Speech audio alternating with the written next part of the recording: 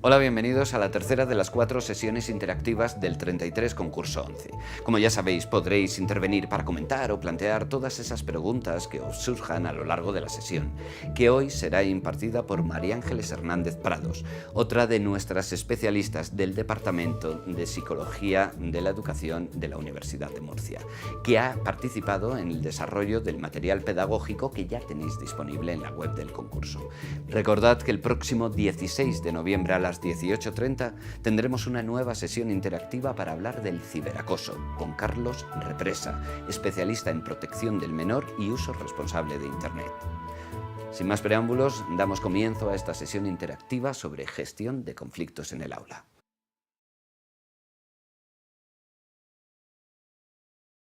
Sara, soy la moderadora de este webinar. Como en el seminario anterior funcionó bastante bien el tema de hacer bloques de preguntas para hacer la clase más dinámica, vamos a seguir esa regla y entonces lo que vamos a hacer es en cada bloque de preguntas pasarle vuestras dudas a María Ángeles y de esa forma no interrumpimos la sesión, ¿de acuerdo? Entonces, nada, sin más preámbulos, espero que la sesión de hoy os sea útil y os dejo con María Ángeles para que dé comienzo a la sesión. Buenas tardes, me llamo María Ángeles Hernández Prados. En primer lugar, me gustaría agradecer a la ONCE por haberme dado la oportunidad de participar en el 33 concurso, sobre todo en un tema que considero que es relevante y crucial en nuestra sociedad y que evidentemente tiene una raíz y un compromiso importante en la educación. También agradecer no solamente la oportunidad que me ha dado de participar en la elaboración de estos materiales, sino también la labor que ellos están desempeñando de manera tan eficaz, lanzando este concurso, pero también con la cantidad de actividades paralelas, complementarias, que han ido realizando a lo largo y continuarán realizando a lo largo de este curso.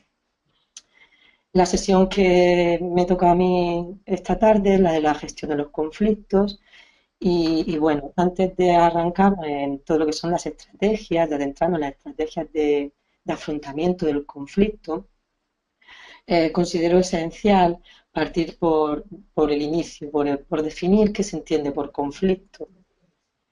El punto de partida siempre en cualquier programa de resolución de conflictos es aproximarnos a ese conflicto, saber qué se entiende, qué entienden las personas que se involucran en la comunidad educativa por conflicto. Paradójicamente, por extraño que resulte, en ocasiones la riqueza del lenguaje que utilizamos, la diversidad de términos que empleamos, no solamente no contribuye a clarificar la situación de la problemática que estamos trabajando, sino que además genera más confusión y es propicio para que luego haya incoherencia en la intervención. Hay una práctica tradicional pedagógica relevante que consiste en clarificar el lenguaje de aquellos términos que se encuentran en la problemática que queremos abordar. Antes de afrontar cualquier intervención hay que partir de esta clarificación para que entre los agentes de intervención de la comunidad educativa haya una coherencia, haya una claridad. Si no, lo que se va a dar es incoherencia. Algunos entenderán que el conflicto es algo a evitar, algunos entenderán que el conflicto es negativo, algunos verán el conflicto como sinónimo de violencia, otros entenderán que es la raíz de las conductas disruptivas. Y entonces, el modo de abordarlo, el modo de afrontar ese conflicto es diferente y podría llevarnos a prácticas incoherentes. Esa red de términos que acabamos de mencionar, es necesario que los docentes clarifiquen bien como punto de partida estos términos. Por eso, sin entrar en un análisis específico de cada uno de ellos, me voy a centrar en el conflicto, que es el que nos ocupa. Debemos de entender que el conflicto no es algo negativo, no es algo a evitar, no es algo que aísla y separa, no es algo que se da entre personas que se consideran enemigos, ni provoca fractura de las relaciones, no provoca división o separación, aislamiento respecto a las personas. Generalmente, esta percepción del conflicto como algo tan negativo la tienen aquellas personas que consideran o entienden que el conflicto es sinónimo de violencia, cuando en realidad la violencia es una conducta aprendida no nacemos sabiendo insultar a otro, no nacemos mostrándonos intolerantes hacia las diferencias, sino que es una conducta que se aprende en los contextos en los que nos movemos, en los contextos educativos, en nuestro entorno cotidiano, en el grupo de iguales, en la propia familia. Hay praxis que favorecen esta comprensión negativa del conflicto y favorecen también este impulso de la conducta violenta, este aprendizaje de la conducta violenta. Sin embargo, cuando hablamos del conflicto, el conflicto debemos entenderlo como algo inherente del ser humano, en la medida en que el ser humano es un ser inacabado, es un ser que necesita del otro, de la relación con el otro, del conflicto y choque de sus ideas para enriquecerse, para potenciar, para madurar, para terminar de construirse como ser humano. En este sentido, si es inherente a nuestra condición de ser humano, es también inevitable. No es algo que se aprenda, como pasa con la conducta violenta. Lo que aprendemos es a gestionar y afrontar el conflicto de una determinada manera, pero el conflicto en sí es algo que fluye naturalmente en la relación con el otro. Y en este sentido, debemos entender el conflicto como un enfrentamiento de ideas, opiniones opuestas, de intereses, de contraposición de deseos, incluso a veces contraposición de valores, de percepciones, de actitudes, de modos de afrontar, de estilos de vida, que en principio se nos consideran como opuestos y que dependiendo de la competencia emocional y de la competencia que tengamos a la hora de afrontar, de las herramientas que tengamos a la hora de afrontar el conflicto, podemos ver esa relación como podemos optar por respuestas adecuadas al conflicto o por respuestas que nos aproximen a la violencia, a la conducta violenta. Podemos gestionarlo de una manera más democrática, más asertiva o de una manera más violenta, dependiendo de las opciones por las que optemos a la hora de afrontar el conflicto. La relación con el otro puede salir fortalecida emocionalmente o deteriorada, porque se haya producido una invasión de mi dignidad, un atropello de mi persona.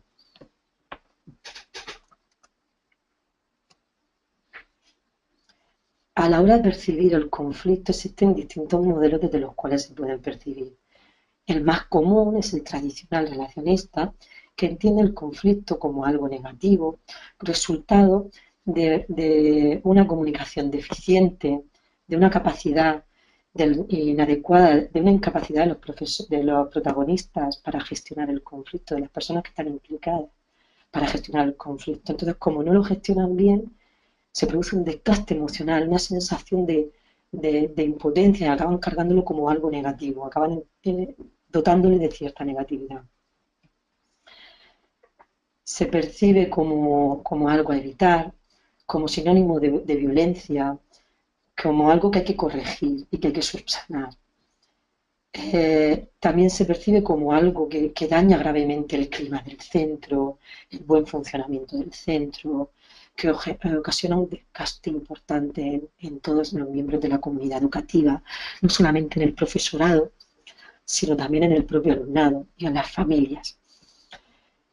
Desde esta perspectiva tradicional, se considera que lo mejor es una sociedad, una empresa, una escuela, una familia donde no se den los conflictos. Y es de ahí donde se trata de construir ese ideal pedagógico de un mundo sin conflicto, cuando realmente esto lo único que produce es generaciones desarmadas o personas desarmadas ante la sociedad, ante el conflicto. Me viene a la memoria el caso de una alumna mía que manifestó claramente que en el modelo de familia en el que había sido, era ya adulta, y además era profesora y luego estudió pedagogía, el curso de adaptación Puente, y me manifestó en la asignatura de pedagogía familiar que ella había vivido en un núcleo familiar de protección y evitación del conflicto y nunca había visto discutir a sus padres. ellos entendían que la relación era una relación pues, de armonía, de hablarlo todo, de comunicación serena, de respeto. ¿Qué pasa? Que cuando ya adquirió la etapa adulta y empezó a mantener relaciones de noviazgo, en cuanto empezó a tener conflictos con su pareja, no estaba preparada para afrontar esos conflictos. Y en cuanto había un conflicto, consideraba que no estaba bien y que había que romper la pareja y empezar de nuevo. Entonces no estaba armada para hacerse respetar, no estaba armada para cómo comunicar eso, cómo lidiar eso, cómo afrontar eso, cómo gestionarlo con el otro, cómo convivir con el conflicto. La, la perspectiva interpretativa vive desde el modelo interpretativo, el conflicto se entiende como algo natural de las personas y de las organizaciones. Se atribuyen normalmente como problemas de percepción individual, como deficiente comunicación. Suelen ser manifestaciones de falta de entendimiento que se dan muy comúnmente en las relaciones interpersonales. Generalmente tienden a ignorar las condiciones sociales de los sujetos, sus contextos, sus percepciones, su opinión. El modelo que más o el modelo más actual y por el que se aboga para poder aplicarlo dentro del aula, es el modelo que percibe el conflicto como algo inherente, como algo inevitable, y lo percibe como algo positivo. Es un recurso potencial del desarrollo humano. Es un modelo quizá más radical, choca más con el sentir común, choca más genera también, es un modelo que incomoda, genera ciertos temores, porque ¿cómo es eso que el conflicto es positivo? ¿Cómo es eso que lo tengo que utilizar como recurso educativo dentro de mi aula? ¿En qué medida voy a estar yo preparado para poder afrontar el desencadenamiento y la marcha del aula cuando trabajamos a partir de ese conflicto? ¿Vale? Bueno, entender el conflicto como positivo es abrirlo a reconocer todas las ventajas que tiene. Desde la resolución de problemas aprendemos todo lo que es la negociación, la toma de decisiones, el compromiso, resolver problemas, identificar problemas, cuáles son los indicios de unos problemas, aprender valores, cooperación, diálogo, entendimiento, empatía, escucha activa, un mayor reconocimiento, se adquiere también un mayor nivel de razonamiento. Ya no solamente soy yo con mis ideas, ya no soy solamente yo con mi verdad, una verdad hermética, cerrada, sino que soy yo que crezco con el cuestionamiento que se produce de mis ideas a través de lo que el otro me ofrece, de la verdad del otro. ¿Por qué mi verdad es una verdad en mayúscula y el otro es una verdad en minúscula? ¿Por qué no pueden ser las dos verdades? Porque dan sentido. Mi verdad da sentido a mi vida y su verdad da sentido a su vida. ¿Por qué no pueden ser las dos verdades?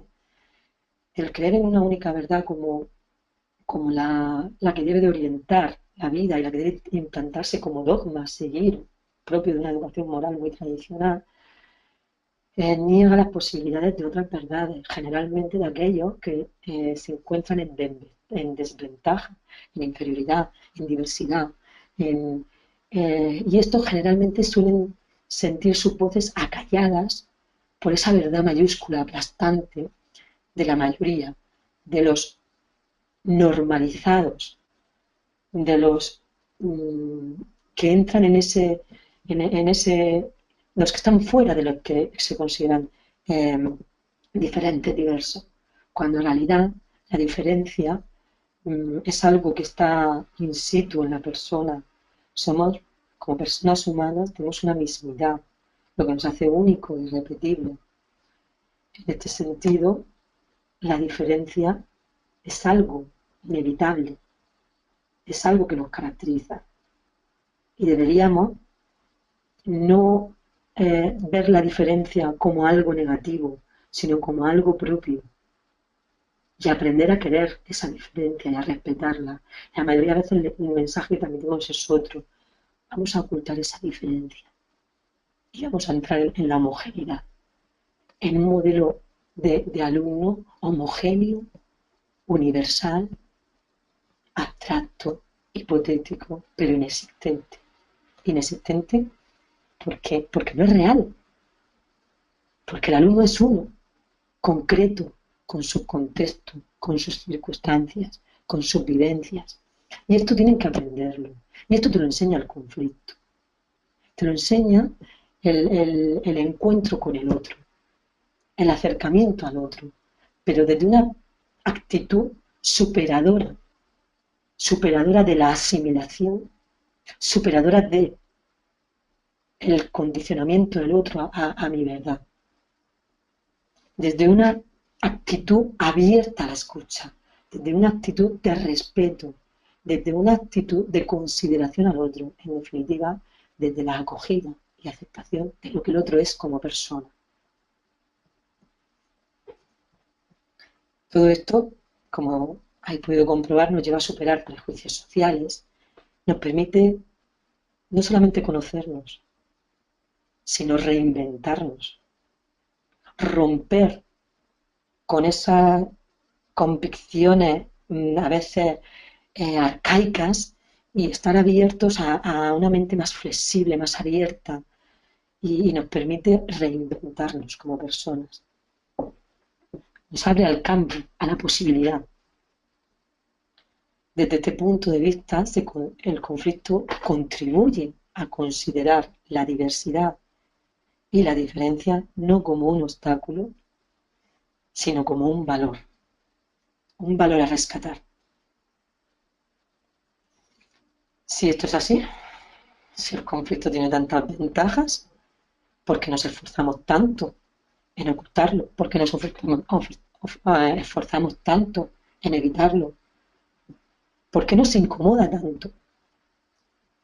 Bueno, en ocasiones, pues porque el modelo de gestión de conflicto que hemos vivido no es el adecuado.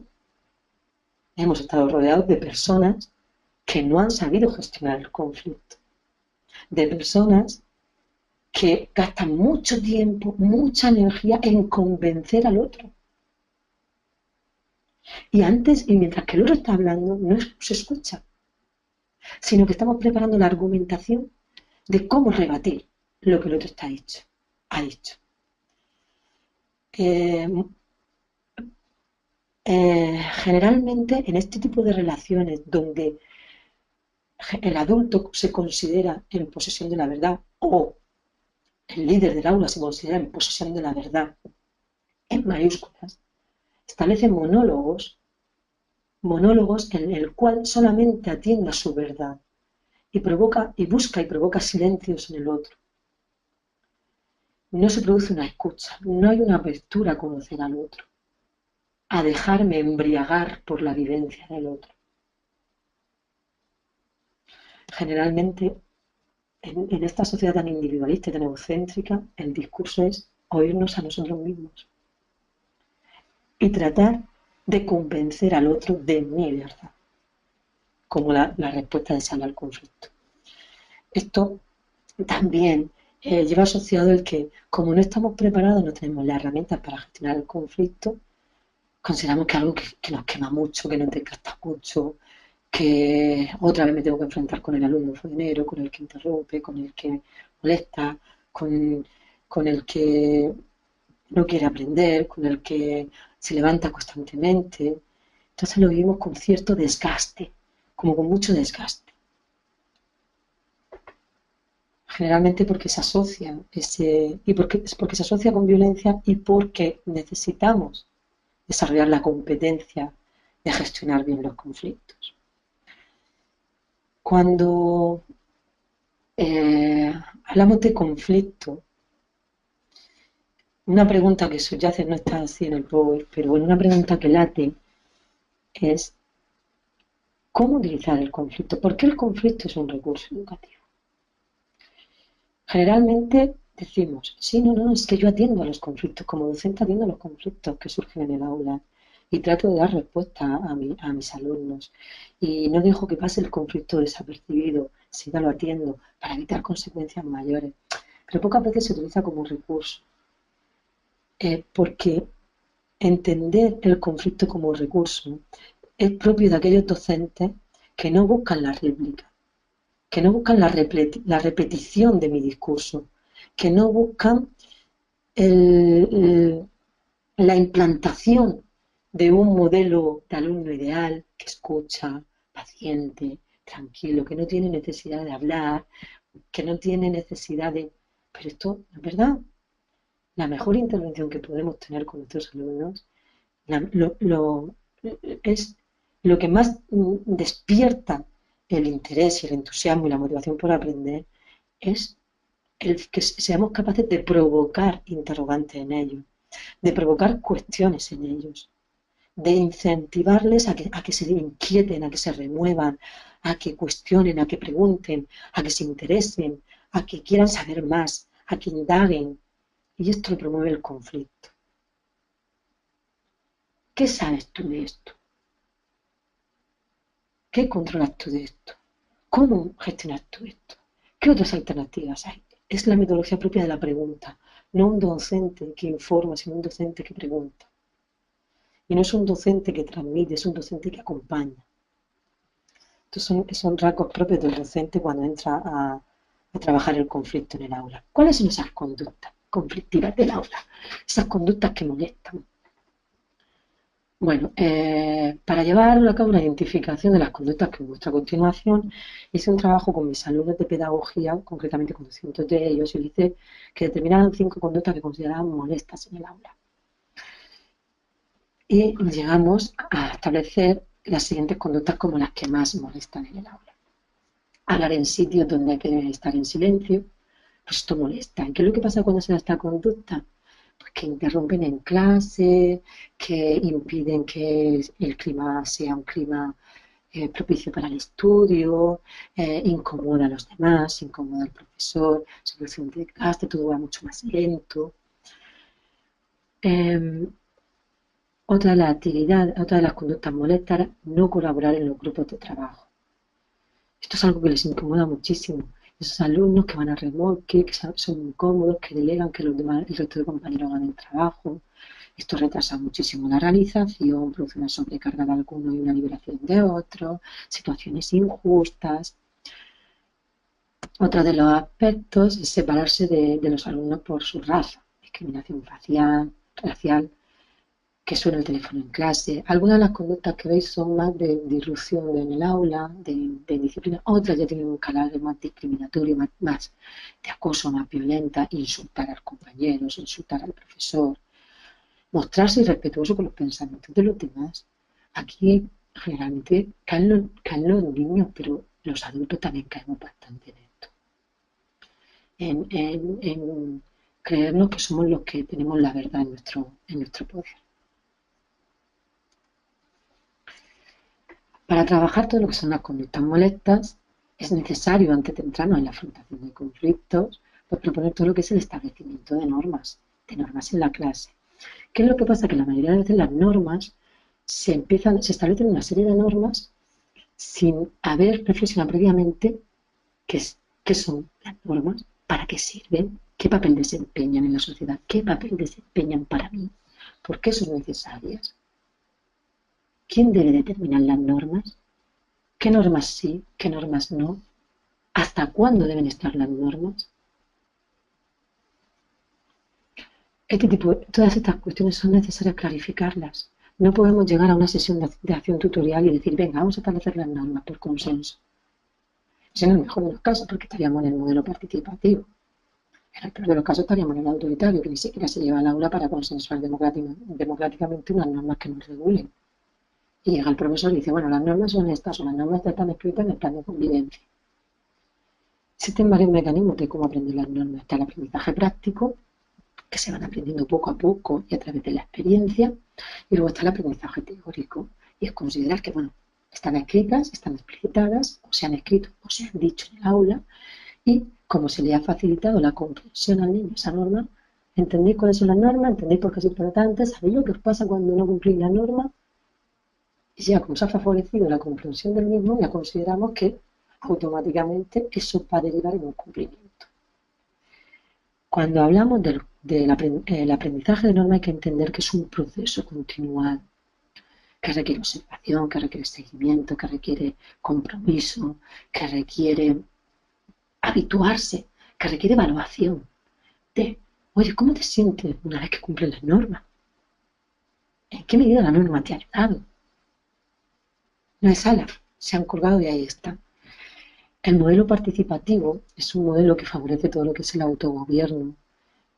Las propias personas están implicadas. Entendemos que las normas son para todos, no solamente son para los alumnos, el profesor también tiene que cumplirlas. Pedimos puntualidad y luego el profesor se demora. Pedimos respeto y luego el profesor muestra falta de respeto a sus alumnos en el aula. Pedimos silencio y luego no dejamos terminar las frases que nuestro alumno quiere decir. Entonces, son para todos. Son necesarias, pero son para todos. Bueno, existen algunas estrategias que favorecen ese autogobierno en los alumnos. Y bueno, existen algunos programas que se pueden utilizar al respecto.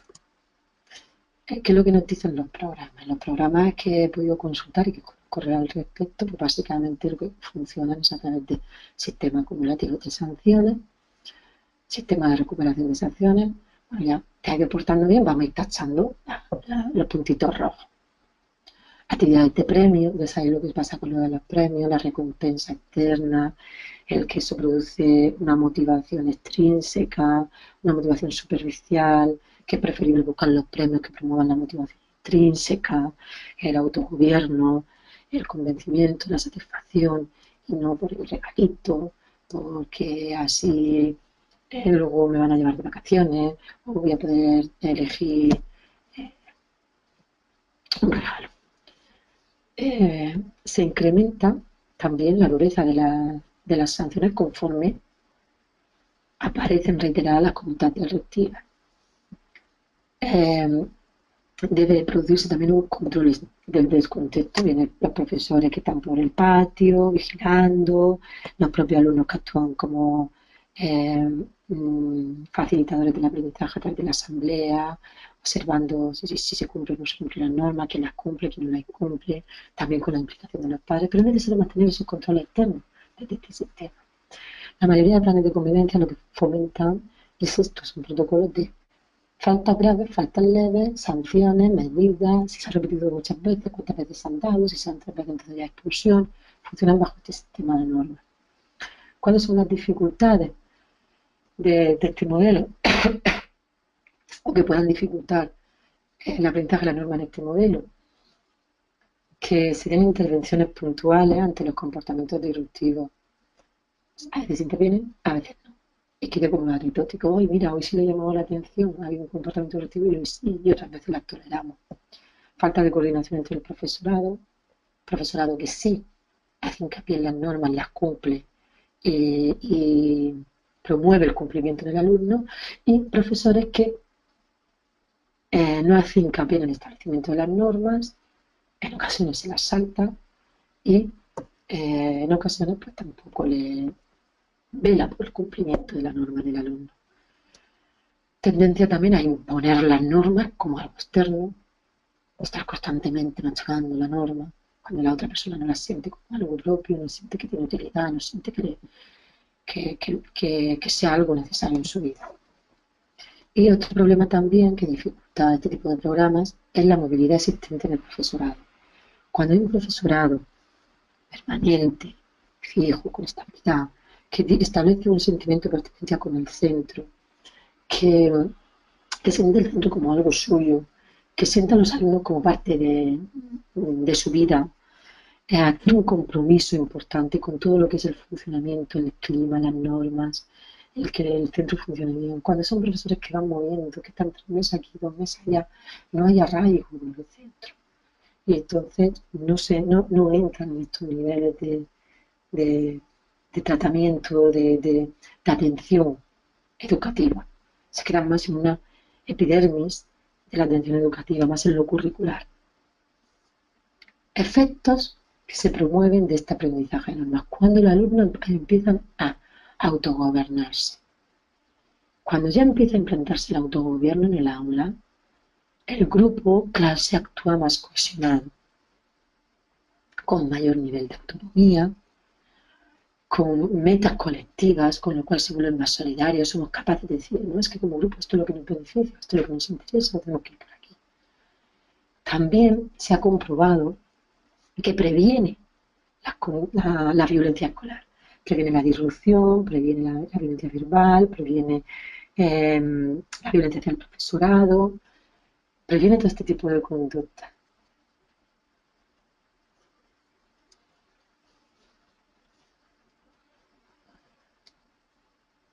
Algunas de las técnicas, bueno, algunas en cuanto al establecimiento de normas, algunas de las normas que es muy típico el utilizar una parrilla similar a la que aquí os expongo, en el cual se ponen las normas, se ponen los premios que se obtienen, es decir, qué es lo que se obtiene cuando se cumple acorde con la norma, que es lo que en definitiva nos permitiría determinar la utilidad de la norma, y qué es lo que sucede cuando no se cumple, las consecuencias o efectos negativos cuando no se produce la norma,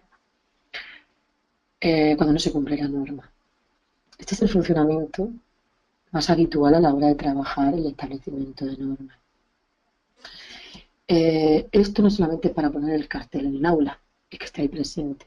En ocasiones también favorecemos ese autogobierno haciendo un balance semanal en la tutoría de en qué medida cada uno se siente que ha cumplido con ese respeto esa semana, con el trabajo colaborativo, y voluntariamente se habla que vayan exponiendo. A veces también es conveniente sacar a ciertos alumnos a que expongan, alumnos que sabemos que actúan generalmente como muy disruptivos, incluso como acosadores, a que expongan en qué medida lo han cumplido, cómo se han sentido cuando lo han cumplido, y qué es lo que les impide cumplirlas. ¿Qué les impide cumplirlas? La experiencia que tengo al respecto en los centros es muy positiva, y es curioso como cuando se establecen alumnos ayudantes para ver en qué medida se cumple o no se cumple el establecimiento de normas, y ponemos al alumno agresor como al alumno ayudante que tiene que ir viendo en qué medida se cumplen o no se cumplen las normas en el aula y en qué medida las cumple o no las cumple él o ella. Es sorprendente cómo ellos mismos se anotan diciendo que ellos la han incumplido en algunas ocasiones, y el compromiso que adoptan de querer mejorar, de ver que sus compañeros los cumplen y ellos no lo están cumpliendo. Entonces quieren mejorar, entonces aprenden, y el número de alumnos que derivan a dirección para gestionar conflictos disminuyó considerablemente, pero considerablemente dentro del centro. ¿Cuáles son las técnicas que podemos utilizar para favorecer ese establecimiento de normas, para poder conseguir ese cambio? Pues refuerzos, todo lo que son las técnicas de modificación de conducta, todo lo que son los refuerzos positivos y negativos. Ya sabéis, preferentemente positivos más que negativos. Generalmente tendemos a lo contrario. Tendemos a formular las normas de forma negativa y tendemos a reforzar negativamente. Hagas esto está mal, esto no está bien, no mientas. Prefiero decir, di la verdad, sé sincero. No mientas. Generalmente siempre la formulamos en negativo y buscamos el refuerzo negativo, utilizamos más el refuerzo negativo que el positivo. Moldear por aproximaciones sucesivas. Alabar esos pasos pequeñitos y decir, mira cuando hiciste esto, mira cuando hiciste aquello, fíjate lo que pasa aquí, fíjate lo que pasa allá. Y que ellos vayan viendo y vayan poco a poco hasta conseguir el desarrollo, ese encadenamiento de conducta. Si haces esto, consigues esto. Si consigues esto, consigues esto. Y esto te lleva a esto otro. Y al final te lleva al cumplimiento de la norma. Si no haces esto, te lleva a esto, y esto otro te lleva a esto. Y mira qué efectos negativos tiene en ti. Así aprendemos a lograr la norma, con ese encadenamiento de conducta. La extinción de conducta. Vamos a ver, si tú no cumples, se extingue todos aquellos privilegios que se te habían otorgado. La enseñanza de comportamientos alternativos. Estás haciendo esto, pero es que tienes posibilidad de hacer esto, esto, esto, esto, esto. ¿Por qué te ofuscas en hacer esto? Que te daña, que va en contra de la norma, que perjudica a los demás. control de los estímulos, programas de refuerzo, de contingencia, contratos conductuales, que toda la metodología del contrato, donde el alumno tiene el compromiso de cambio, la sensibilización encubierta, trabajar toda esa parte empática, toda esa parte de cuando no cumplimos, cómo afectan a los demás, qué consecuencias tiene, el autorreforzamiento encubierto y el modelado encubierto. A veces también es fundamental que ellos vivan cómo qué pasa cuando alguien no cumple la norma y las consecuencias le afectan directamente a él. Por ejemplo, el niño o la niña que le decimos 1000 veces que haga los deberes y no hace los deberes. Llega a la hora de cenar y no le hacemos la cena. Y el niño, tengo hambre, quiero la cena, tengo hambre, quiero la cena, tengo hambre, quiero la cena. Tiene que repetirnos varias veces, tengo hambre, quiero la cena, y no hacemos nada. Cuando nos preguntamos, ¿pero por qué no me hacen la cena? O, ¿por qué no me hacen la cena? Decimos, no, es que ¿cuántas veces te he tenido yo que decir las cosas para que cumplas la norma y no la he hecho? ¿Porque tengo que cumplirla yo? ¿Porque te afecta a ti? A mí también me ha afectado el que tú no la cumplieras. Hacerle pensar, ponerlo en situaciones extremas, que vean ellos en su piel también lo que supone el no cumplimiento de la norma.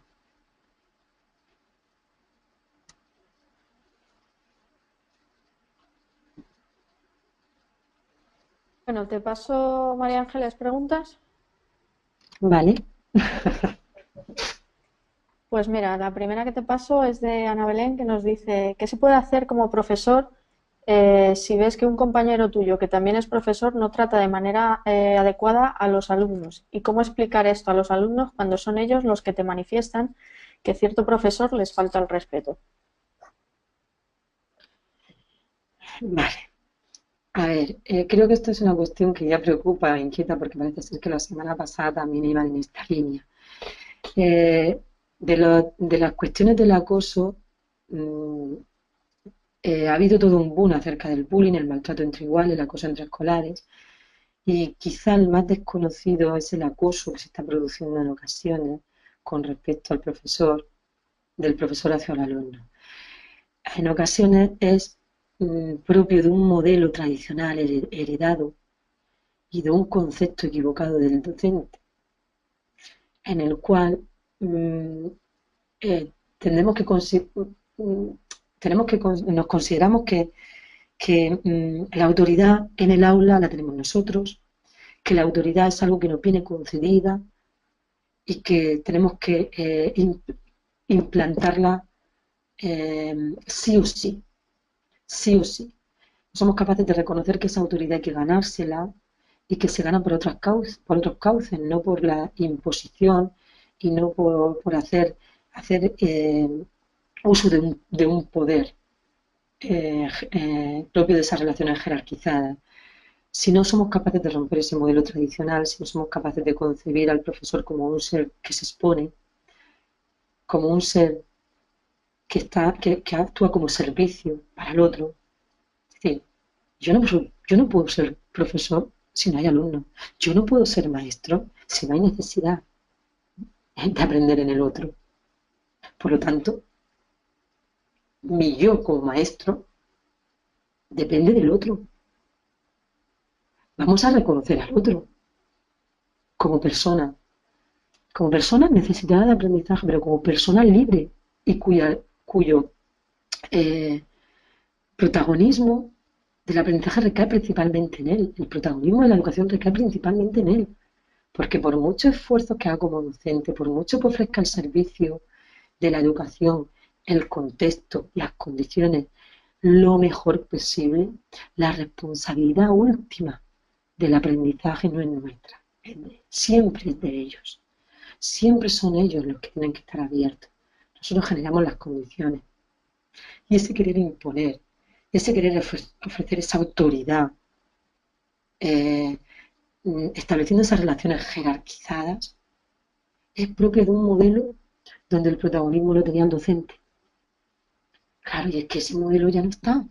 El modelo de enseñanza-aprendizaje donde yo tengo el protagonismo debe dejar paso al protagonismo del aprendizaje. entender que nosotros somos maestros más que profesores. El profesor es el que transmite información y eso lo tenemos lo tenemos en los libros, lo tenemos en contexto. Son capaces de leer y de comprender y de aprender cosas fuera del ámbito escolar, más de lo que nos imaginamos, pero son cosas que le interesan, son cosas que le motivan. Hay que pedirle al alumno que se produzca o leerle el tema o decirle subraya esto o estamos en tal página.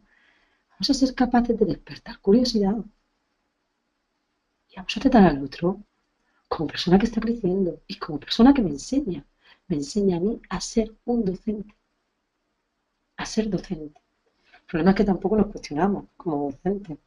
Llegamos al aula, nos cerramos como el ámbito de mi propiedad, como el ámbito donde tengo el control, el ámbito de autonomía absoluta, y no hay una cultura de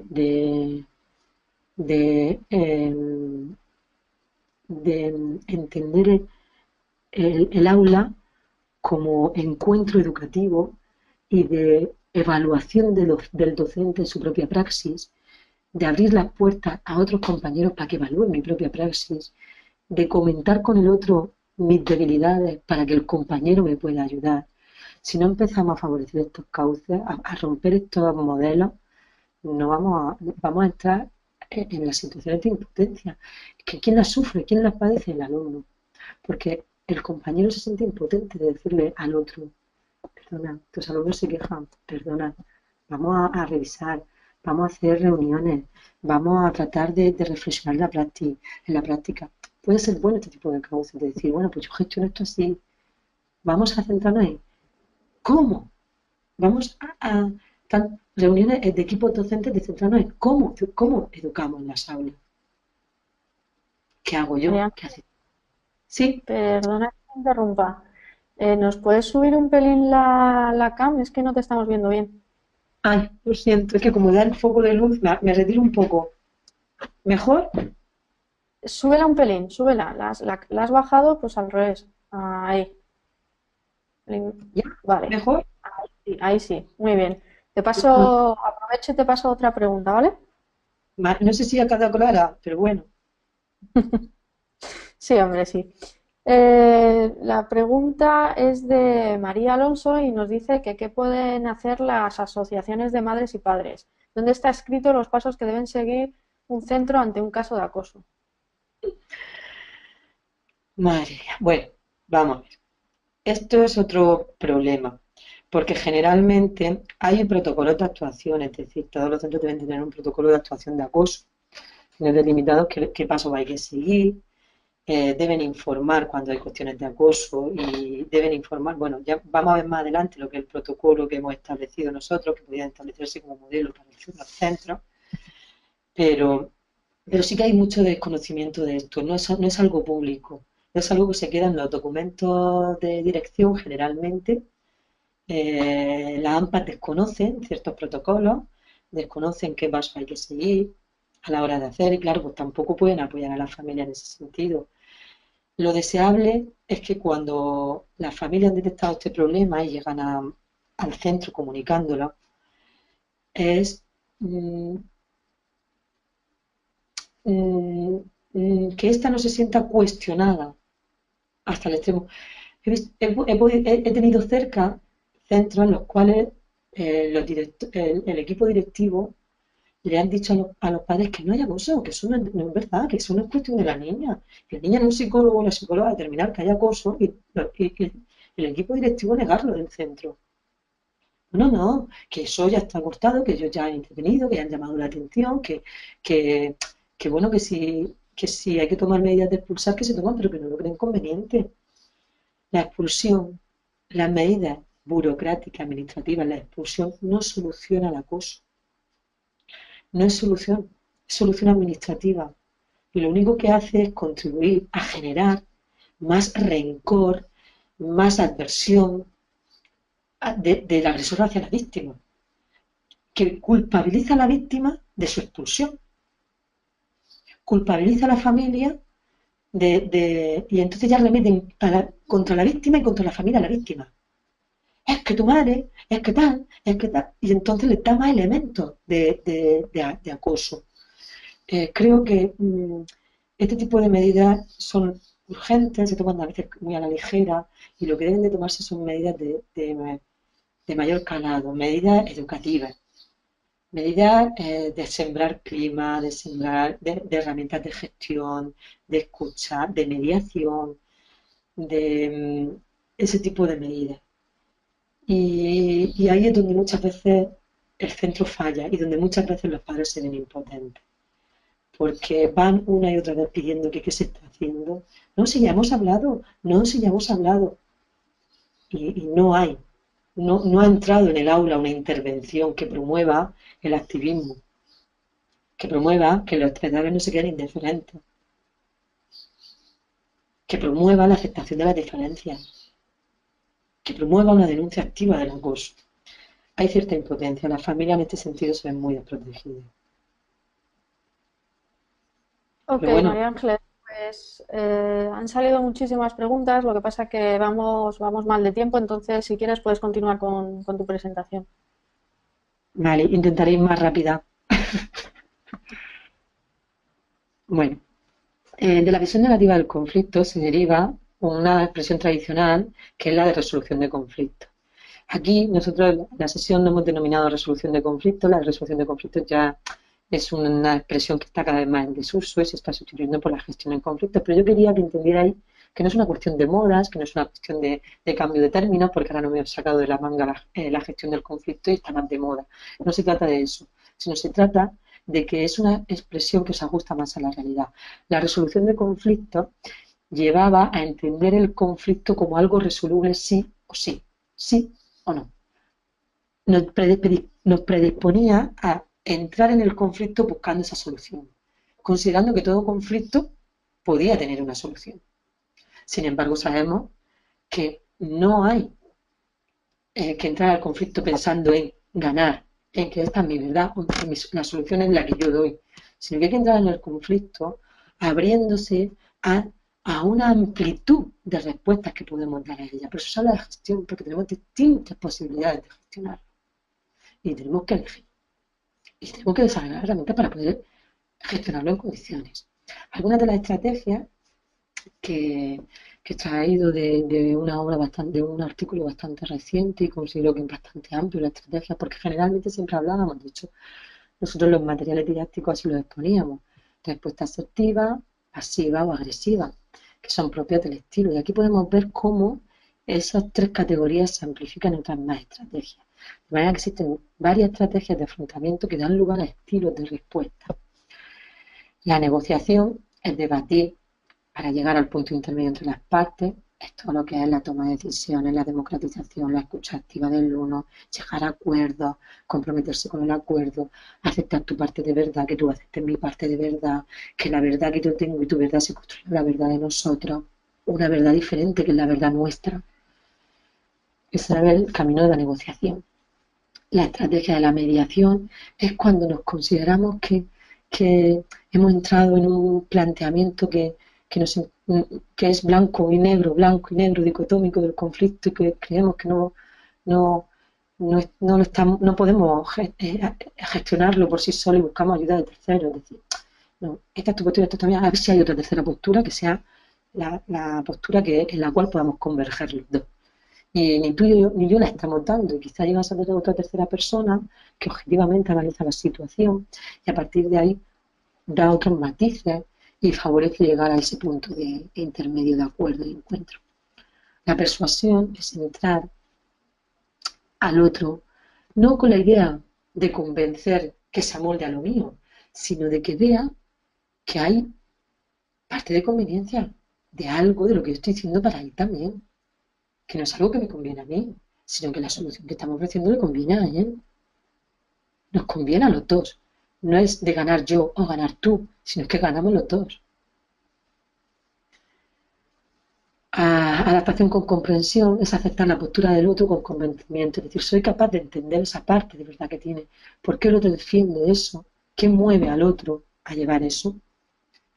Y a partir de ese entendimiento, de esa comprensión, estoy en mejores condiciones de ayudarle a entender otras alternativas. Esas estrategias favorecen lo que es el estilo asertivo.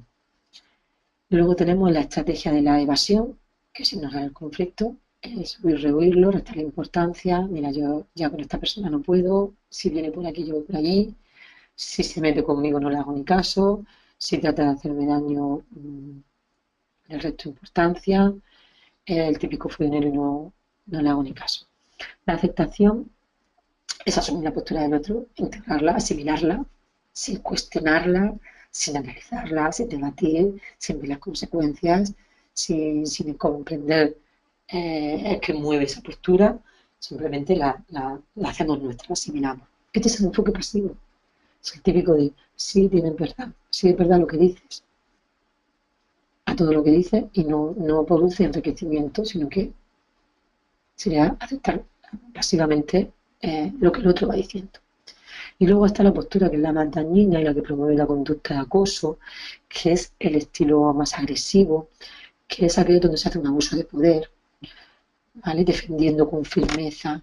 Esto es así, muy típico del ámbito familiar.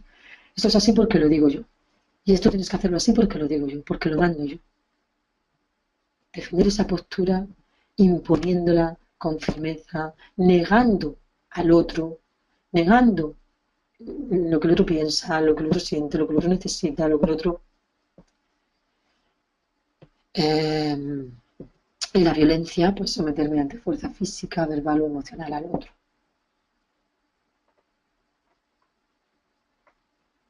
Bueno, aquí os he traído un ejemplo de qué es lo que pasa cuando un compañero está constantemente interrumpiendo en el aula, y podemos ver cómo las respuestas que da el alumno en cada una de las estrategias y cómo puede actuar el profesor en cada una de las estrategias. En cuanto a la negociación, pues le diría que me deje terminar el ejercicio, que después ya tendremos tiempo para estar juntos, que va a tardar poco, que son unos minutos. En cuanto a la mediación, le digo al profesor que un compañero me está molestando. El profesor, en mediación, cuando detecta un problema, pues es el que recurre al tutor, recurre al orientador, recurre a alguien para que lo haga, pero no afronta. Y esto es muy típico también. En ocasiones de decir, he detectado este problema en el alumno tiene problemas de atención, llamamos a los padres, su hijo tiene problemas de atención, pero no se le da la estrategia, no se afronta. Y en casa esperamos que, como ya se lo hemos dicho a los padres, nos vengan niños con los problemas de atención resueltos. Su niño es agresor, se lo hemos dicho a los padres, esperamos que el día siguiente ya venga con la conducta de agresión resuelta. Entonces, es aquel que no se hace cargo y busca que lo haga otro. La evasión, me cambio de pupitre para que deje de molestarme, me despreocupo, me centro en los demás, lo dejo al margen, me despreocupo, no atiendo. La aceptación, me aguanto y dejo la tarea sin hacer, ya la haré cuando pueda, y por el profesor doy por terminado para el ejercicio, esto es insostenible, corto la sesión, doy por terminado, cojo la herramienta, salgo, lo doy por explicado y al día siguiente le pongo un examen. Sorpresa. Adaptación como comprensión. Entiendo que estás cansado, yo también lo estoy, vamos a hacer un esfuerzo más, que no queda solo esto. Si yo no lo digo por nada, si lo que quiero es que dejes de tal, tienes que aprender a concentrarte, tienes que aprender a trabajar más tiempo.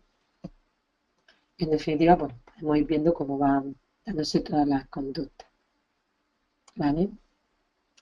Fijaros cómo la persuasión, cómo la utilizamos mucho. Es que esto es muy importante, dejadme que explique esto que entra para examen. Tratamos de esa persuasión. La afirmación por poder. Si no estáis callados, os pongo ahora mismo un examen. Buscamos. Si no estáis callados, quedáis sin castigo. Sin recreo. Buscamos esa afirmación del poder y al final acabamos cayendo en violencia. El tema de la violencia, en el caso del profesor que ha salido antes, que aquí aparece reflejado, es bastante preocupante. Genera emocionalmente un desgaste importante en los alumnos, incomoda muchísimo, se sienten impotentes, aprenden lo que es la relación jerarquizada, el abuso de poder, aprenden a actuar como agresores, aprenden ese trato de vejatorio hacia los demás. Y es bastante preocupante. porque ellos están muy desarmados. Tienen que tener una gran confianza en sí mismos para hacerles ver que, perdone, que usted está atentando contra mi dignidad. Perdone, yo no le he faltado el respeto. Perdone, ¿por qué usted me habla de esa manera? Hay que tener también que visualizar el otro que está cayendo en un error. ¿Cuáles son las metas y las finalidades de la gestión de conflictos? Relacionar, fortalecer las relaciones interpersonales, no perder su amistad, que en el aula exista un buen clima. Por eso hay que entrar en el conflicto, porque si lo dejamos, si lo evadimos, pues al final quedan conflictos latentes que deterioran las relaciones, que van generando un mal clima, porque uno molesta, porque la molesta el otro, porque se contagia, porque al final la indisciplina se expande. ¿Por qué? Por el cumplimiento de normas, para respetar las normas, porque así favorecen las pautas, el modelo convivencial, etc. Se busca también el cambio con la internalización, la reflexión, el conocer cuáles son, el conocer eh, el argumento, el ser capaz de comprenderlo, todo esto promueve también ese enriquecimiento cognitivo. La evitación, cuando se entra el conflicto evitando lo que se pretende que era dejar de sufrir. No, yo entro diciendo, no, yo lo que no quiero sentirme mal. Al final decimos, evito el conflicto por salud emocional. Pero quiero sentirme mal, quiero que deje de molestarme, que no interrumpa el compañero. Al final hacemos muchas veces evitamos por no sentirnos mal. Por alcanzar mayores logros en rendimiento académico, ¿vale? Para poder concentrarnos mejor, para que se realice su tarea y tenga buenos resultados. De manera punitiva, pues castigando. Estaba el conflicto, bueno, considerando que hay que castigar, que se lo merece porque no está dejando trabajar a los demás. Y no entramos a ver por qué no está dejando trabajar a los demás, qué pasa. Compensación, una vez que se ha castigado a la víctima, que es lo que suele pasar en cuanto entramos en el conflicto, decimos, no, este es el víctima, este es el agresor, castigo para el agresor, recompensa para la víctima, en el cual hay que tratar de compensar, reparar lo que el agresor ha realizado. Hay algunos programas para afrontación del conflicto, ¿de acuerdo? Aquí dentro de otros programas que son más cognitivos, he querido ver, traeros desmenuzado el esqueleto de uno de ellos, para que veáis, fijaros cómo entra primero en la aproximación del conflicto y luego ya dedica más sesiones en lo que consideramos que es más relevante o el núcleo más importante para la competencia en la gestión de conflictos, que es todo lo que es el entrenamiento que se debe de producir para comprensión de la estrategia, identificación de las estrategias, pero debe de haber un entrenamiento en la estrategia. Y eso solamente se hace trabajando desde los conflictos, desde el conflicto y entrando en el conflicto. Y por eso como podéis ver, las actividades van enfocadas en esa línea. Y luego, la importancia de esa praxis. Una vez que has producido el entrenamiento, de ir al aula y afrontar conflictos y trabajar desde el conflicto y analizar casos del conflicto en el aula.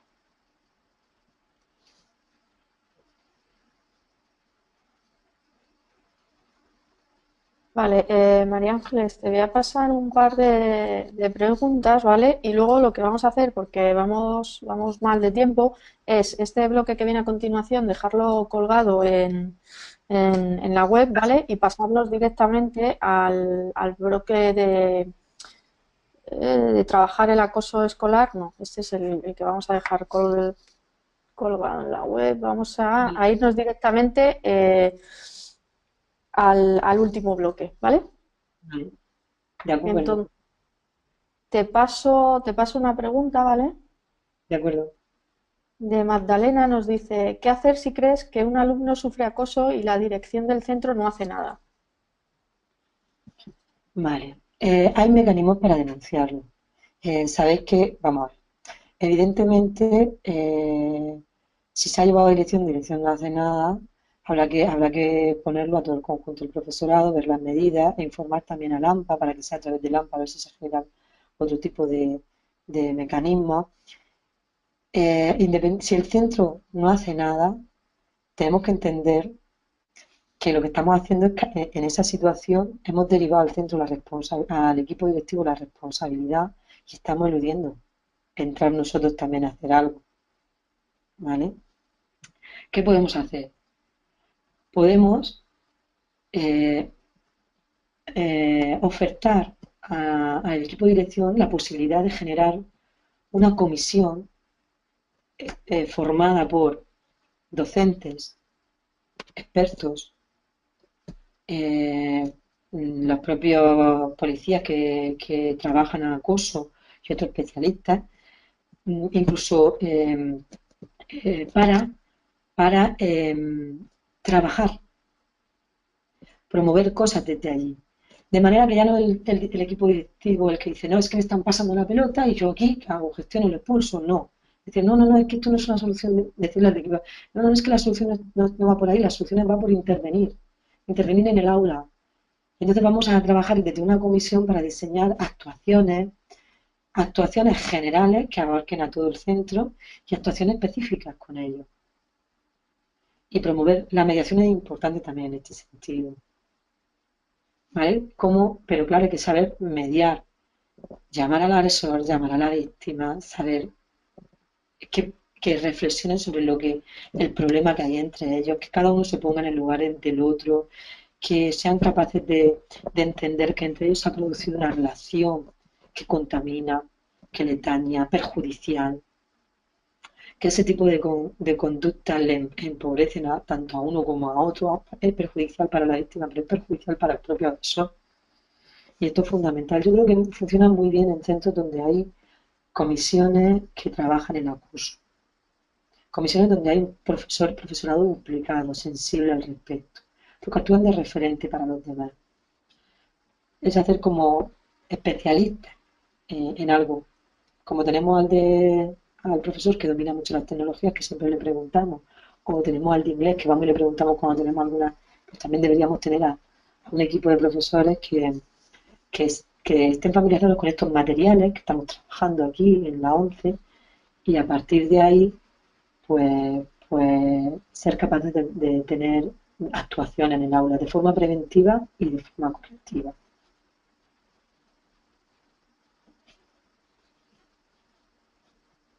Genial. Te paso otra pregunta de Ana Belén que nos dice, algunos de nuestros alumnos empiezan a ver cualquier problema con sus compañeros como acoso y enseguida utilizan la palabra bullying y mi pregunta es la siguiente, ¿no estaremos enfatizando tanto que ahora todo lo ven como acoso? De acuerdo. Me gusta mucho esta pregunta porque yo soy la primera que cuestiono mucho los estudios estadísticos que hay ahora, estudios que tienen deficiencias metodológicas porque algunos de ellos no diferencian entre lo que es propiamente la agresión-victimización con una violencia intencionada, reiterada, con un hostigamiento vegetatorio gratuito, de lo que pueden ser acciones puntuales. Entonces, no podemos meterlo todo dentro de acoso. El acoso tiene unas características muy específicas. ¿Qué es lo que pasa? Que la mayoría de veces se ha dado este boom, esta inflación del acoso muchas veces incluso por las propias investigaciones mal desarrolladas, porque llevan a acciones puntuales de un conflicto más resuelto y que se ha resuelto con un insulto como que, oye, que me siento agredido, no te has sentido puntualmente agredido, pero eso no es acoso escolar. Te han faltado al respeto puntualmente, pero no es acoso escolar. El acoso escolar es mucho más grave, como para relativizarlo de esa manera y como para... a ver, no digo yo que tengamos que silenciar el acoso, que tengamos que silenciar la violencia puntual, no quiero que se desprenda de esto. Estos son señales de alarma que tenemos que observar y ver un seguimiento para ver si realmente es repetitivo, si hay ensañamiento, si se produce rechazo. Es decir, hay un insulto, pues hay un insulto mal gestionado y que se puede solucionar rápidamente con una mediación y que el otro entienda que ha perdido los nervios y que al final diga, no, pero no tengo nada en contra de ti. Ahora, si se produce continuamente insulto y luego además hay rechazo, luego además hay intimidación, luego además hay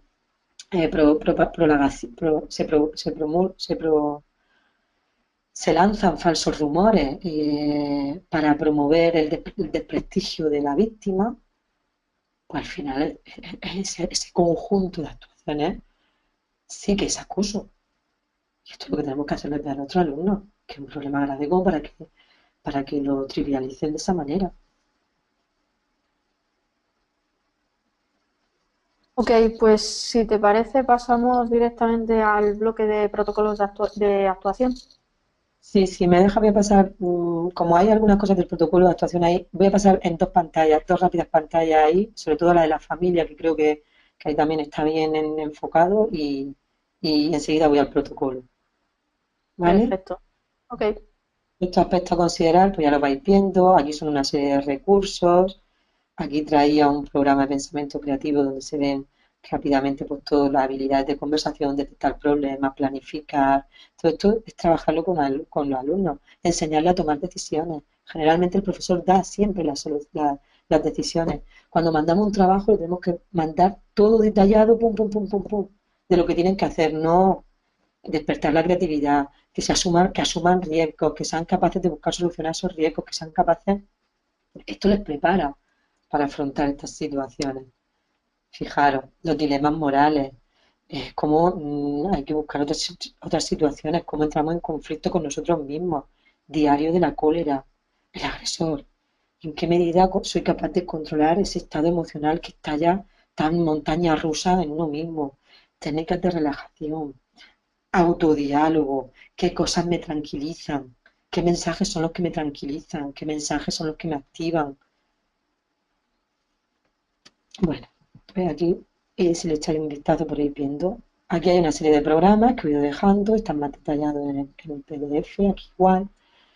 Aquí son algunas actividades que incluye el programa CID de Cerezo, que está recogido ahí, incluye muchísimas actividades, son de fácil aplicación, de 5 minutos, 15 minutos algunas de ellas. Os recomiendo también que indaguéis en los programas y que veáis qué actividades podéis utilizar dentro del aula. Fijaros cómo el caso práctico no solamente es para visualizar lo que se ha hecho, empezar a juzgar, sino para esto, para cuestionarnos, para lanzar preguntas. ¿Crees que es un problema real de agresividad? ¿Crees que es un problema real de acoso? ¿Sí o no? ¿Por qué? ¿Por qué lo definen como problema de acoso? ¿Por qué crees que ha podido ocurrir? Todas estas cuestiones nos ayudan a entender mejor qué es acoso escolar y qué hacer ante el acoso escolar. Fijaros, indicadores para observar de la atención de la víctima, cuestiones que podemos preguntarnos como docente para identificar como docente y como padre. Hay cambios emocionales, ha entrado en un encerramiento en sí mismo, en un silencio, su nota han bajado, dejan de llamarle a los amigos, dejan de invitarlo a los cumpleaños, dejan de... Esos cambios son pequeños indicadores de que algo no va bien, de que algo no va bien. Bueno, aquí una actividad también de cómo romper ese del silencio, cómo potenciar la empatía, cómo promover el activismo, que es lo que decíamos dentro. El acoso escolar hay de varios tipos. Cada vez se están identificando más tipos. Aquí hay uno, os he traído uno, el homofóbico, pero principalmente para que veáis un poco las respuestas que se suelen dar. Las respuestas servirían para casi todo. Hay respuestas de negación, respuestas de ocultación, respuestas de duda, respuestas de depresión, respuestas de prohibición. ¿Vale? Cuando afrontamos el acoso, en este caso está enfocado al homofóbico. Negación, esto es una fase, se le pasará pronto. El alumno movido, violento, que agrede, que le insulta, esto es algo puntual, se le pasará pronto. No es acoso, pero puede ser el indicio de un acoso. Por lo tanto, no hay que negarlo. Has insultado, hay que intervenir, pero como en eso puntual y esperar que se corrija pronto y que no se convierta en un hábito de agresión. Ocultación. Está bien que me lo hayas contado, pero, por ejemplo, cuando viene la víctima, nos cuenta tal, oye, es que sufrido esto. Está bien que me lo hayas contado, pero a lo mejor estamos dramatizando demasiado, vamos a esperar, no le demos tanta importancia. Al final lo estamos ocultando. Cuando ha venido a la víctima a mostrar, a decírnoslo, la duda. ¿Estás seguro? Sembrar la duda es sembrar también la culpa en el otro. A veces son cosas mías, a veces que soy yo que soy mi tiquismiqui, a veces que el otro Es que es verdad que el otro se puede meter conmigo y es que yo soy un flacucho, yo soy una persona gordita, o soy una persona que llevo gafas, o soy una persona que me llamo María Ángeles. Cualquier motivo puede justificarse cuando siembras la duda. Cuidado con esto porque a veces lo hacemos. La desviación. Así, en el caso homofóbico es muy clara, ¿no? Esto es porque es ahora, pues en la desviación no te preocupes, esto es pasajero, esto pasa pronto, esto ya verás como momentáneo, en 4 días, además esto te ayuda a madurar, te ayuda a crecer como persona, tú no le des tanta importancia, la prohibición. No pienses en eso, mejor déjalo de lado, no le des importancia, y al final acabamos prohibiendo, ¿vale? ¿Cuáles pueden ser respuestas útiles? La aceptación. Vale, es algo puntual, pero hay un problema. Vamos a ver qué podemos hacer. Empatía. ¿Por qué te has sentido tú intimidado? ¿Por qué te has sentido tú agredido? ¿Por qué te sientes tú acosado? ¿Qué pasa? ¿Qué te preocupa? Eh, ¿Qué quieres que hagamos? ¿Qué esperas que hagamos? Solidaridad. ¿Qué puedo hacer yo para ayudarte? Apoyo. ¿Has tenido algún problema difícil? Pero puedes contar conmigo. Puedes contar conmigo. Es bueno que lo cuenten los demás, que los demás también puedan manifestarse y apoyarte. La realidad. Pues mira, de acoso escolar, yo como profesor no tengo ni idea, pero mira, hay un grupo de profesores que lo maneja, vamos a ver, preguntar a tal, hay asociaciones que lo trabajan, vamos a ver el centro de los institutos de convivencia, de gestión de conflictos, que hay algunos institutos y centros que trabajan en todo esto y personas que se encargan de esto, donde denunciar esto. Pero bueno, siempre hay un paso, informar al resto de profesores, informar a la familia, como veremos ahora en el protocolo. En el contexto familiar, también hay programas que trabajan en el contexto familiar todo esto, porque el contexto familiar a veces potencia la conducta violenta, la conducta de acoso. A veces porque se producen dentro del contexto familiar relaciones jerarquizadas y a veces también porque le premiamos. Mira lo que machote, míralo, tú si te pegan, pega, tú no te dejas avasallar. Esto es la ley de la selva. Aquí el que sobrevive es el que es capaz de imponer su verdad, el que es capaz de hacerse respetar. Estos mensajes están latentes en muchos padres. Y al final lo que generan pues son padres agresores, o sea, hijos agresores, hijos víctimas. Claro, cuando los padres están así, hay que cuestionarse, pero primero que hay que hacer así, va a conseguir que su hijo agresor cambie su conducta.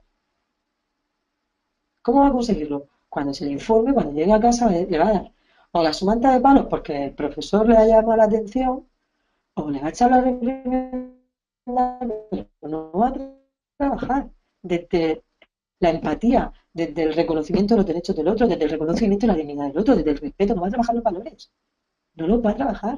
Va a trabajar la inclusión porque es el modelo que tiene establecido. Luego, habría que cuestionarse también que hay que trabajar con los padres, no solamente en los protocolos de cómo actuar cuando tienen estos casos, de cómo no hacer posibles agresores y cómo promover personas democráticas y ciudadanos de derecho. Bueno, ahí veis algunas de las medidas: abordar la situación, informar a vuestro hijo de su comportamiento, eso es perjudicial para ellos mismos, perjudicial para el otro, que es denunciable, que lo pueden expulsar, que a la larga le va a traer consecuencias negativas, que, que tiene que aprender a relacionarse de otra manera, que tiene que aprender a controlarse, que tiene que aprender a mantener la calma. El de la víctima, observar los indicadores que decíamos antes, porque generalmente no lo comunican a los padres. Llevan una carga de vergüenza en sí mismos, tienen tan sumamente asumida esa culpabilidad, esa vergüenza, que les cuesta mucho comunicárselo del maltrato con su grupo de iguales. No lo comunican a los padres ni a los profesores, son los últimos en informarse. Cuando llegan por lo tanto, es importante reconocer esos signos, mantener la calma, actuar rápido, informar al centro, disposición para colaborar con el centro, escucha activa, apoyo incondicional, prepararlo asertivamente, prepararlo para defender sus derechos, no violentamente, defender sus derechos asertivamente y no dejarse avasallar.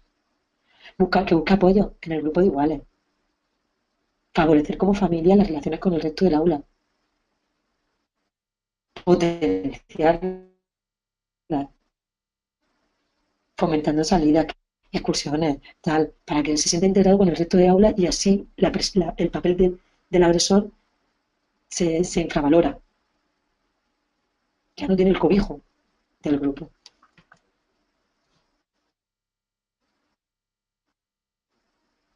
María Ángeles, continúa con el bloque No de sé si vaya a hacer protocolos de alguna pregunta actuación. respecto a esto. Ya, No, pasa de acuerdo. al siguiente. Los protocolos, Gracias. de acuerdo. Protocolos de actuación. Bueno, importante que el profesor conozca realmente, o sea, que esté informado, que esté sensibilizado del acoso escolar. No solamente sensibilizado de decir, no es que es una realidad que me preocupa, ya por esto, por verbalizarlo, ya está hecho, ¿no? Cuando algo nos preocupa, cuando algo nos preocupa, tiene que ocuparnos. Yo siempre hago ese juego de palabras. Si me preocupa, me ocupa. ¿En qué sentido? Algo que me inquieta, algo que me preocupa, algo que estoy sensibilizada al respecto, me ocupa en el sentido de que procuro informarme, procuro documentarme, procuro mojarme, implicarme. No puedo decir, es que me preocupa y despertar ese sentimiento lastimero, compasivo desde aquí, desde el otro lado, desde mi asiento. Y no soy capaz de cruzar hacia el otro lado. Entonces, si algo me preocupa, me ocupa. Mantenerme formado y sensibilizado. Buscar asesoramiento al departamento de orientación, a los equipos, a asociaciones, al instituto de convivencia. Medir regularmente el acoso para poder, bueno, también hay ONG que trabajan este tipo de cosas y hay equipos de expertos, ¿no? que preparan los centros, dan conferencias, dan charlas. A mí ya también me han llamado un par de centros para dar alguna conferencia al trabajo con ellos de otra manera, más directamente. Entonces también se pueden buscar pues, apoyo en otros profesionales. Medir regularmente el acoso de cada X tiempo, pero cuidado con el instrumento que utilizamos. Yo sé que la semana pasada misma os estuvo enseñando diferentes instrumentos. Cuidado con el instrumento, porque a veces se meten en el saco del acoso cosas que no son acoso. ¿De acuerdo? Entonces buscar un instrumento que realmente os permita alimentar si hay una de acoso. Y contrastar, a veces utilizar distintos instrumentos. Hay quien diría, no, el mismo instrumento para ver si ha crecido, pero a veces decir, bueno, este instrumento nos da este índice, luego vuelve esto, oye, si hay un incremento considerable, requiere que pasemos a otro instrumento diferente para ver en qué medida contrastar, ¿no? Informar de diversas vías a la familia. ¿Por qué informamos solo cuando detectamos un caso? Porque nos sensibilizamos de forma preventiva. Poner en práctica medidas preventivas es fundamental.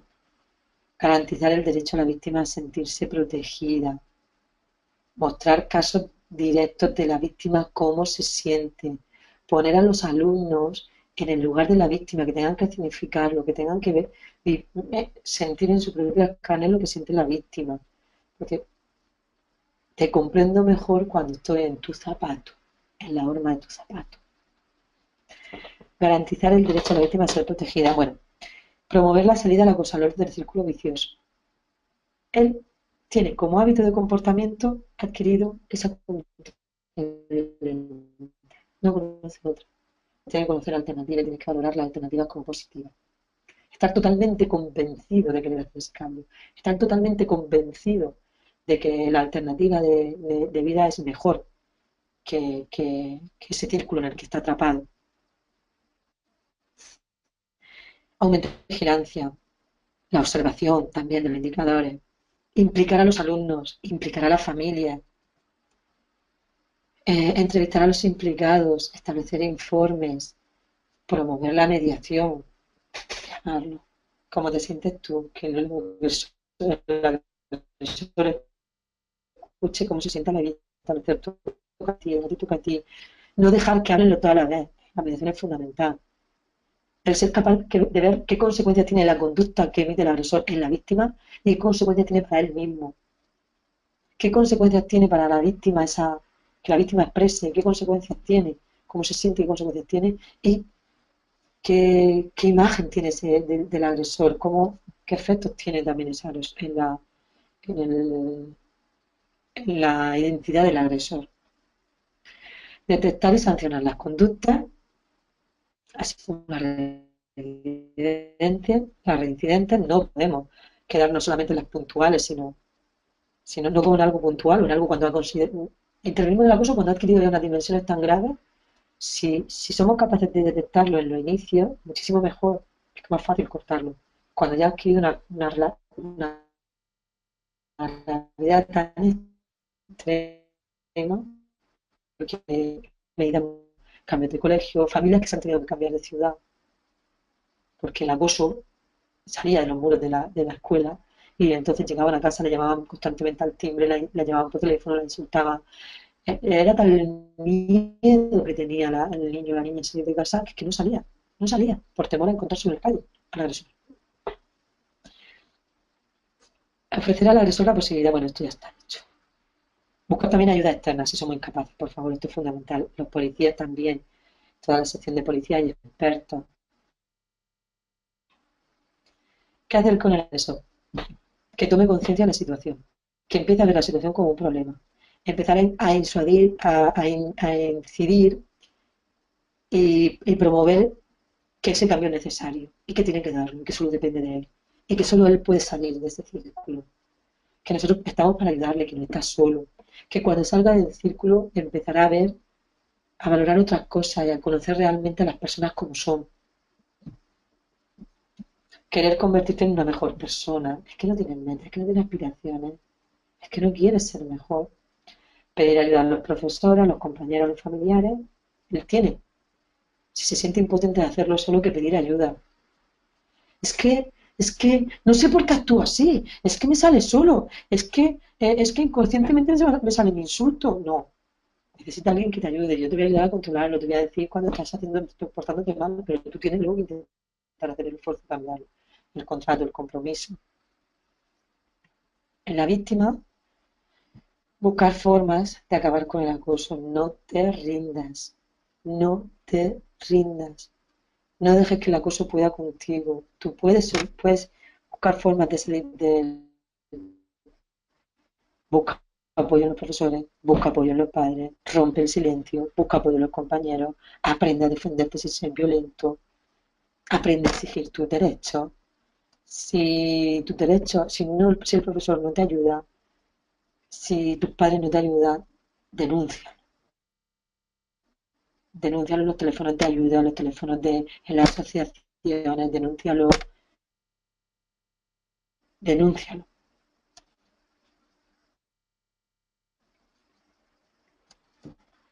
En los espectadores, diferencien que denunciar no es lo mismo que chivar. Porque generalmente entre yo ahí, es que yo no quiero ser un chivato, es que, no, cuidado.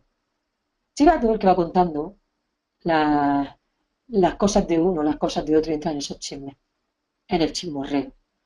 Pero cuando hay un sufrimiento del otro, cuando hay un daño reiterado del otro, eso no es chivateo, eso es denunciar y es exigir justicia, exigir que eso acabe, es mostrar tu tolerancia cero hacia la violencia. En el estudio que llevé a cabo de los conflictos en mi tesis doctoral, era sorprendente cómo los alumnos justificaban la violencia. Es que si se meten con mi madre, ya, como le han dicho un insulto a mi madre, ya puedo, vamos, hacerle de todo. Es que si se meten conmigo, pues ya, o sea, la poca tolerancia que tienen a, a, a, perdón, la tolerancia extrema que tienen a la conducta violenta y la poca habilidad que tienen para valorar otras conductas alternativas. Decir al agresor que existen otras formas de gestionar el conflicto. Curiosamente, el otro día en el centro de mi hija, una niña, pues llevaba ya varios días que le estaba haciendo varias perrerías a una compañera y claro, en principio son acciones puntuales, luego parece que va cada vez a más y, y entonces la madre pues, habló con la otra madre. Oye, mira, ¿qué pasa esto? No sé qué pasa, me voy a observarlo tú en casa, a lo mejor no te dan en cuenta, pero antes de que llegue a ser un problema grave, creo que lo mejor es intervenir ya. Bueno, eso se acabó enseguida porque evidentemente intervinieron, lo reconocieron las dos y bien reconducido tanto por un lado como otro. Pero lo sorprendente fue un testigo que había ahí, una persona que había ahí que también pidió perdón. Y entonces le pregunté, ¿pero tú por qué has pedido perdón? ¿Es que tú la has agredido? ¿Es que tú la has insultado? ¿Que tú le has faltado al respeto? Y dice, no, he pedido perdón porque me quedé callada. He pedido perdón porque no intervine. Eso es asumir su responsabilidad. El no mirar hacia otro lado. He pedido perdón por eso. Dice, pero claro, es que una era mi amiga y es que la otra era mi amiga, era el segundo. Es que las dos son mi amiga. A lo cual le dije, digo, claro, las dos son tu amiga, pero en este caso tienes que ayudar a las dos, a una, para que no sufra, y a la otra, para enseñarle que eso no está bien. Tienes que ayudar a las dos. Las dos están necesitadas de cambiar esa relación. Y esto lo tenemos que reconducir este tipo de actuaciones de esa manera, para que las víctimas, los espectadores no sean neutrales, no sean indiferentes. Y con las familias, pues lo mismo, comparten algunas cosas con el profesorado, la de estar sensibilizado, documentarnos, escuchar activamente, pedir mayor control, pedir por escrito eh, un informe, una valoración, que haya un seguimiento por parte de los equipos, no premiar ninguna conducta violenta, mantener reuniones constantemente.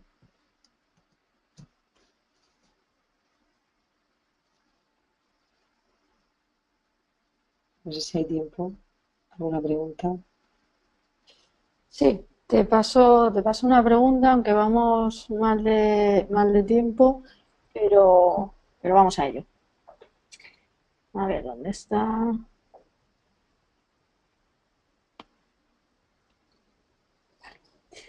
Las medidas preventivas para evitar el acoso se proponen desde el empoderamiento del grupo.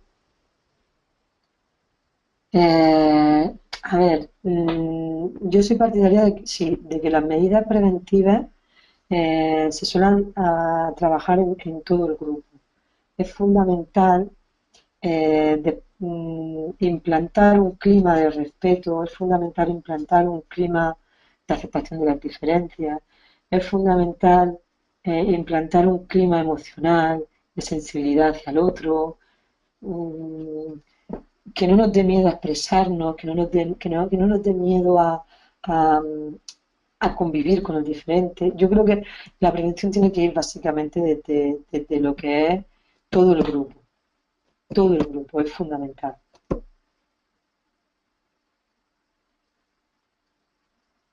Ok, pues nada, muchas gracias por tu presentación.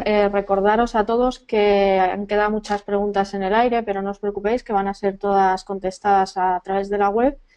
Recordaros que el próximo seminario, si mal no recuerdo, dejadme que compruebe, es el 16 de noviembre a las 6:30, ¿vale? Donde vamos a hablar de la gestión de conflictos en el aula. Y nada, muchas gracias María Ángeles, gracias a todos vosotros por estar un día más aquí. Y lo dicho, las preguntas van a ser contestadas, ¿vale? No os preocupéis. Y lamentamos el no haber podido tener tiempo para poder resolverlas todas en vivo y en directo. Que Un saludo.